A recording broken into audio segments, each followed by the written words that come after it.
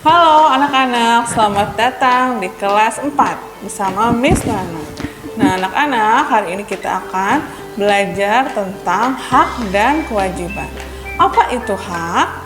Hak itu adalah segala sesuatu yang harus didapatkan oleh setiap orang yang telah ada sejak lahir bahkan sebelum lahir.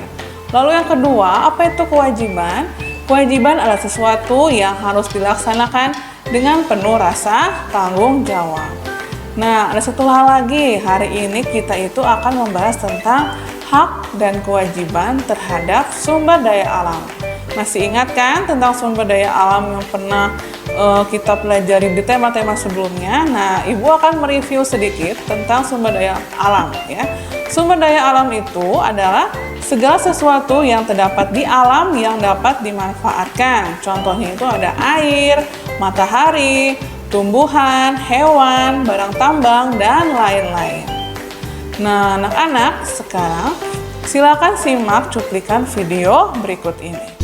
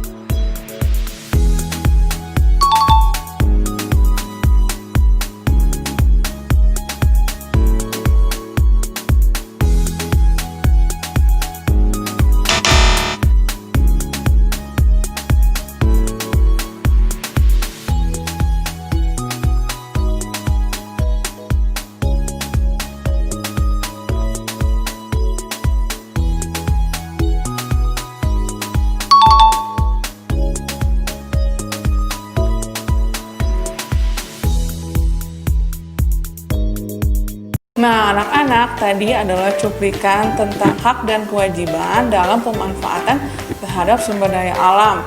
Tadi ada penggunaan air untuk kebutuhan hidup sehari-hari, yaitu untuk minum, lalu untuk cuci tangan, kemudian juga ada pemanfaatan terhadap sumber daya alam, yaitu kita berhak untuk menikmati keindahan alam di sekitar, contohnya pada tumbuhan. Dan yang ketiga tadi adalah hak kita atau kewajiban kita terhadap hewan peliharaan. Nah, anak-anak, berikutnya akan Ibu jelaskan lagi lebih detail tentang hak dan kewajiban terhadap sumber daya alam ya. Kita yang pertama-tama akan membahas dulu tentang hak. Nah, hak terhadap sumber daya alam itu adalah yang pertama, mendapatkan air bersih, mengelola sumber daya alam dengan bijak, mengonsumsi hasil pertanian dan perkebunan, dan yang keempat, menggunakan bahan bakar seperti minyak dan gas. Lalu, selanjutnya kita akan membahas tentang kewajiban terhadap sumber daya alam. Tadi sudah disebutkan haknya, sekarang kewajibannya. Yang pertama adalah menghemat sumber daya alam. Hal ini sangat penting ya, karena sumber daya alam itu walaupun terus tersedia, tapi beberapa juga ada yang bisa lama-lama akan habis ya. Lalu yang kedua adalah menggunakan energi alternatif. Misalnya untuk zaman sekarang ini sudah ada mobil yang digerakkan oleh solar ya, atau dari energi matahari. Nah, itu sebagai contoh salah satu menggunakan energi alternatif. Lalu yang ketiga adalah memanfaatkan teknologi hemat energi dan melakukan reboisasi atau menanam kembali tumbuhan atau pohon ya. Nah, berikutnya Ibu juga akan memberikan contoh-contoh perilaku masyarakat dalam memanfaatkan sumber daya alam. Dibagi menjadi dua, ada yang bertanggung jawab, ada juga yang tidak bertanggung jawab. Yang pertama akan Ibu bahas dulu tentang perilaku masyarakat dalam memanfaatkan sumber daya alam yang tidak bertanggung jawab. Yang tidak bertanggung jawab itu contohnya yang pertama adalah membuang-buang air bersih, menebang pohon secara sembarangan, membiarkan hutan setelah menebang pohon, mengambil hasil hutan sebanyak-banyaknya, melakukan pemborosan listrik, dan menangkap ikan dengan alat yang merusak lingkungan. Nah, tadi itu adalah contoh perilaku masyarakat dalam memanfaatkan sumber daya alam tapi tidak bertanggung jawab.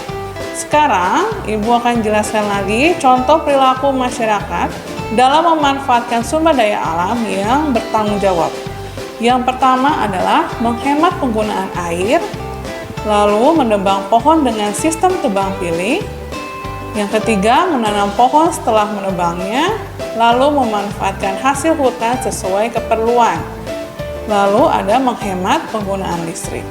Dan yang terakhir, menangkap ikan dengan alat yang aman bagi lingkungan. Nah, anak-anak, jadi kesimpulannya dari pembelajaran kita hari ini adalah kita harus mencontoh perilaku yang bertanggung jawab agar sumber daya alam yang khususnya di Indonesia dapat terjaga kelestariannya. Ayo anak-anak, kita sama-sama menjalankan hak dan kewajiban kita terhadap pemanfaatan sumber daya alam di sekitar kita agar tetap terjaga dan kelestariannya pun tetap terpenuhi. Terima kasih, sampai jumpa lagi di video pembelajaran berikutnya.